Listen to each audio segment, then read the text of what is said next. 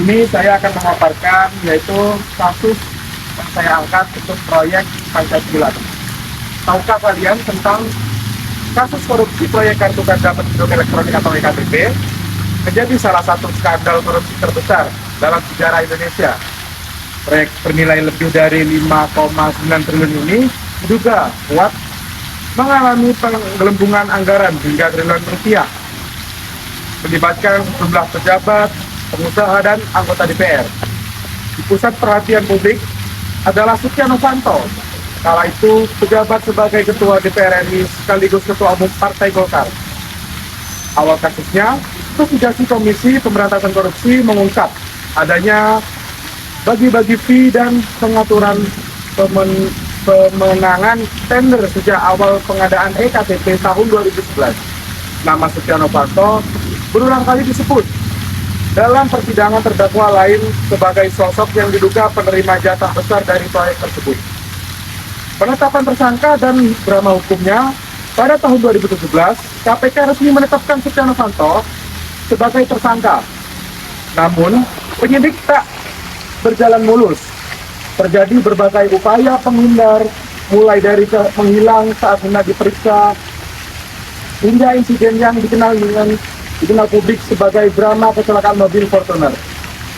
Setelah yang bersangkutan dikabarkan tiba-tiba mengalami kecelakaan, pada malam upaya penangkapan, kejadian ini menyita perhatian nasional dan menjadi sorotan media internasional. Proses persidangannya yaitu setelah ditahan, persidangan demi persidangan berlangsung dengan menghadirkan puluhan saksi, termasuk pejabat kementerian, anggota DPR, dan pengusaha. KPK menyampaikan bahwa Setia Novanto diduga secara efektif mengatur pembagian keuntungan, mempengaruhi proses penganggaran, serta menerima aliran dana yang mencapai jutaan dolar Amerika. Nah, adapun dampak-dampak dari kasus yang diperbuat oleh Setia Novanto untuk kasus mega korupsi EKTP tersebut.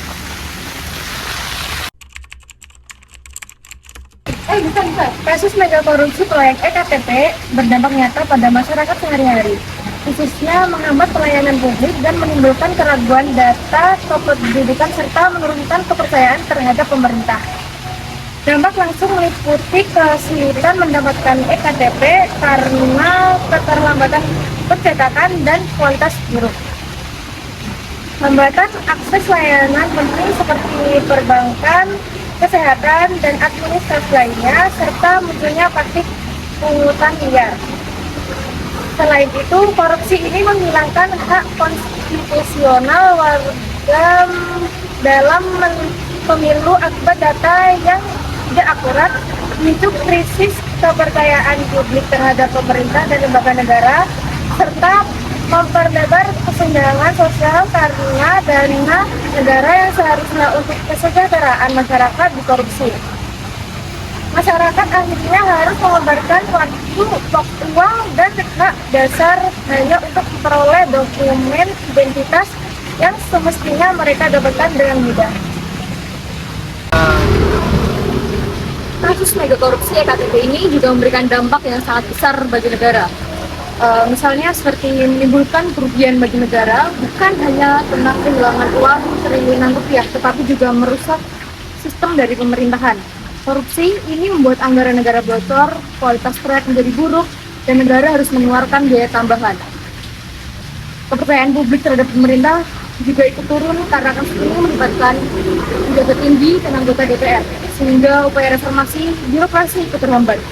Selain itu, kualitas data kependudukan menjadi tidak akurat, mengganggu penyaluran bantuan, pelayanan publik, hingga kebijakan nasional.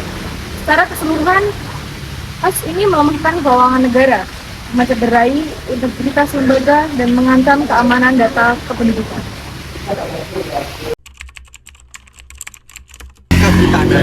Baik, berikut ini pelanggaran Pancasila dalam kasus mega korupsi proyek pengadaan kartu tanda penduduk elektronik atau EKTP. Yang pertama, Pancasila sebagai dasar negara, yaitu pelanggaran kedaulatan rakyat dan hukum pelanggaran Pancasila sebagai dasar negara terjadi karena korupsi. EKTP secara fundamental merusak prinsip-prinsip utama negara Indonesia, terutama kedaulatan rakyat dan negara hukum.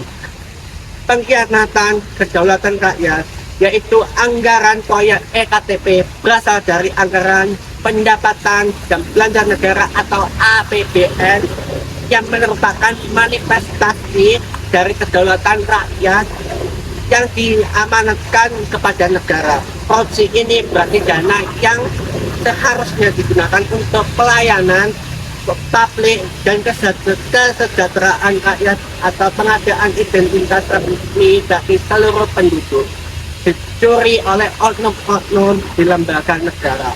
Yang kedua, perusakan fungsi lembaga negara, yaitu tindak pidana korupsi ini melibatkan anggota dan pimpinan lembaga tinggi negara seperti DPR dan Kementerian Dalam Negeri.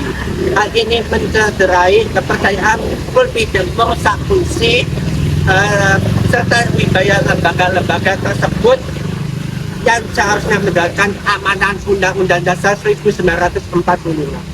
Melanggar nilai keadilan sosial, yaitu korupsi ini menjelaskan melanggar sila kelima. Korupsi ini karena kekayaan negara dialihkan untuk memperkayaan segelintir untuk kemaslahatan. Pelanggaran Pancasila sebagai dasar pengembangan iptek atau ilmu pengetahuan dan teknologi menjadi karena teknologi yang canggih disalahgunakan dan tidak diarahkan untuk mencapai tujuan Pancasila. Proyek EKTP sejatinya menggunakan teknologi canggih yaitu iptek dengan menggunakan sistem sidik jari biometrik dan database terintegrasi yang bertujuan untuk menciptakan sistem identitas tunggal yang akurat dan mencegah duplikasi.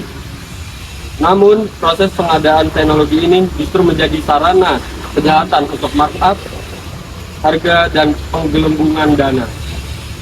Pengembangan iptek yang berlandaskan Pancasila seharusnya bertujuan untuk memanusiakan manusia. Dalam kasus EKTP, iptek disalahgunakan dan dijadikan alat untuk memperkaya diri dan korupsi. Jelas bertentangan dengan etika dan moral yang berada dalam Pancasila.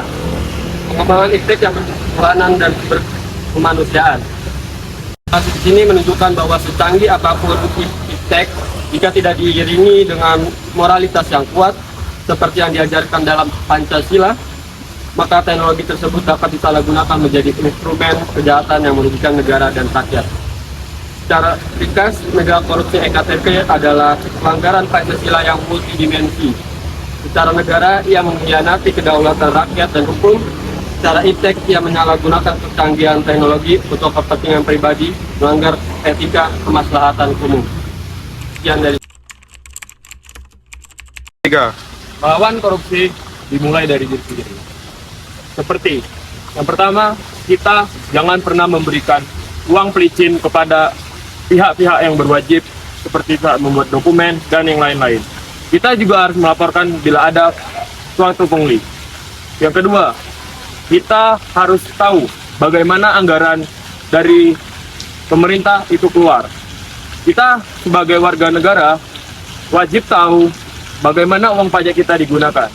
Dan yang terakhir, kita harus mendukung para pihak yang berani melawan dan menentang secara tanpa pandang bulu terhadap orang-orang yang melakukan korupsi. Saya Afif Milisa Putra, mari lawan korupsi. Dan